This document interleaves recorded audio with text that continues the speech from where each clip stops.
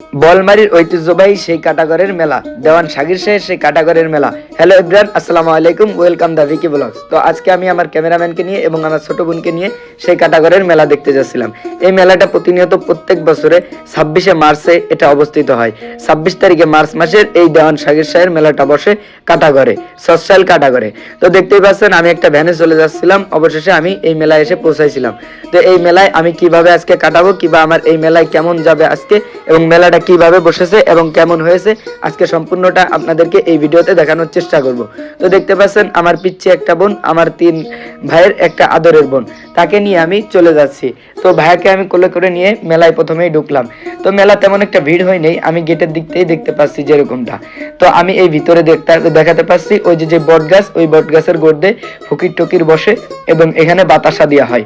তো আমি আসলাম, মেলাটা হয়তো এবার প্রতিবারের মতো এতটা ভিড় হয়নি।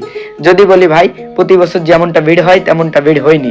তো এই জন্য আমার কাছে একটু খারাপ লেগেছে, তাছাড়া ঠিকঠাকই আছে। তো দেখতে পাচ্ছেন এই যে সবশেষে মেলার মাঠে নামতে হবে। তো এখান থেকে মেলার মাঠ দিয়ে নামতে হবে, আমার ক্যামেরাম্যান আমাকে ভিডিও শুট নিচ্ছে। তো মেলার মাঠে নামতেই প্রথমে আপনারা পেয়ে যাবেন বাতাসার দোকান, এবং এই সাইডে আছে ঝালমুড়ির দোকান, এবং মেলার সব থেকে আকর্ষণীয় যেটা সেটা হচ্ছে মিষ্টির দোকান, যেখানে বড় বড় বালিশ মিষ্টি, অনেক মিষ্টি পাওয়া যায়। তো সবকিছু ছেড়ে আমি একটু সার্কাসের লাইনে যাচ্ছি, যেই সব লাইনে সার্কাসটার কাছে সচরাচর বসে। তো ওই যে আমার সাইডে দেখতে পাচ্ছেন একটা আছে মোটরসাইকেল গুলি, যেই সার্কাসটা আছে ওইটা।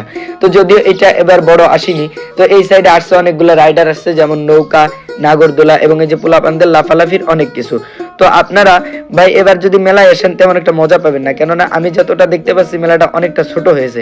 তারপরে মোটামুটি যা আসছে দেখার মতো। তো আমি আমার ছোট বোনকে নিয়ে গেছিলাম, ওকে একটু ঘোরাতে হবে ভালো করে, তাই জন্য নিয়ে গেছিলাম।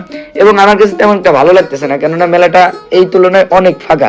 আমরা যে সময় ছোটবেলায় আসতাম একটা ঘুরলে দিতেই আমাদের প্রায় অনেকটা কষ্ট হতো, তাই সেই অনুযায়ী এখন একটা মেলা হয়েছে অনেক ছোট, অনেক, যেটা আমি মনে হয় 2-3 মিনিটের মধ্যেই ঘুরে ফেলতে পেরেছি। তো এখানে একটা রাইড আসছে, দেখতে পাচ্ছেন এই যে প্রাইভেট কার রাইড, এখানে বাচ্চারা উঠে। তো আমার বোনকে আমি জিজ্ঞেস করলাম সে উঠবে নাকি, না সে ভয় পায়। তো এই যে দেখতে পাচ্ছেন ফুলের দোকান, এবং এইগুলা হচ্ছে মেলার মূল আকর্ষণ, যেগুলা কাঠের এই যে বেলুন, ফিরা, এইগুলা বিক্রি হয়। এবং সব থেকে বড় মিষ্টি এই দোকানটাই, আমার মনে হয় মেলার ভেতর সব থেকে আকর্ষণীয় দোকান ওইটা ছিল। তারপরে ওটা শেষ করে আমি চলে আসি একটা অ্যাকোরিয়ামের দোকানে, যেখানে সুন্দর সুন্দর মাছ ছিল, আমি আমার বোনকে দেখাচ্ছিলাম, সেও খুব মজা পাচ্ছিল। তারপরে সে বললো ভাইয়া আমাকে একটা পরি পুতুল কিনে দিতে হবে, এবং তার জন্য আমি একটা পরি পুতুল কিনলাম। তো আজকে আমার ধান্দা রয়েছে যে আমি ওকে নিয়ে গেছি, যেহেতু ছোট মানুষ, তো এবার আসলো দ্বিতীয়বারের মতো। ছোটবেলায় আমার বড় ভাইয়া ওকে ঘাড়ে করে নিয়ে গেছিল, আর এবার আমি নিয়ে আসলাম। ও যা চাইবে তাই পাইবে, যেহেতু আমার আদরের বোন। তারপরে ওর জন্য আমি পুতুলটা কিনে নিয়ে আর একটু আগাচ্ছি।